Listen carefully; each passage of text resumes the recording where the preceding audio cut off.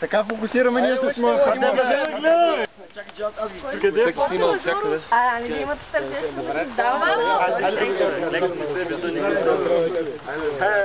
Да, тук е групата на фоторепортерите. Да, групата на Шоро.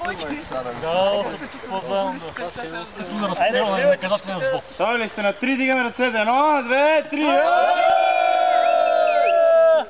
3. Некой си върваща.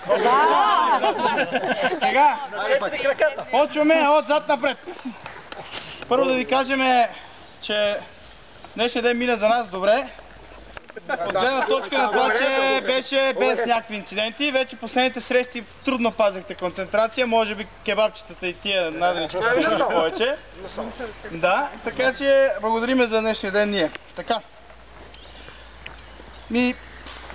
Сборният отбор може би, защото не са се стиковали, защото всеки път беше различен състав, не успяха да вземат победа днеска. На 6-то място са се класирали, като 16 човека са умряли за целия турнир за тях. Така че 6-то място... Моля? Да, 16 пъти имало някой убит. На 5-то място е Хаос Розови. Аплодисменти. Така, те са с една победа и коефициент минус 4, което е горе-долу добре. Почти са били, т.е. последната им среща, която я взеха с всички живи, така направи нещата да изглеждат добре.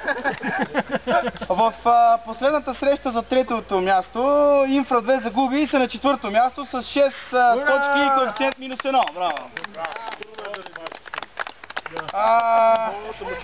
В първата тройка са Хаос Жълти на 3-то място с 3 победи и коефициент минус 3. На второ място са отбора Инфра 1, само една загуба, 12 точки и коефициент плюс 12. И на първо място без нито една загуба с коефициент плюс 17 Макс Студио. Заповядайте Макс Студио при нас, сега да ви дадем купата и после ще отидете да се снимате. Така, фоторепортерите са от тази страна, вие заповядайте. Да, фоторепортерите, да. Честито, браво. Браво!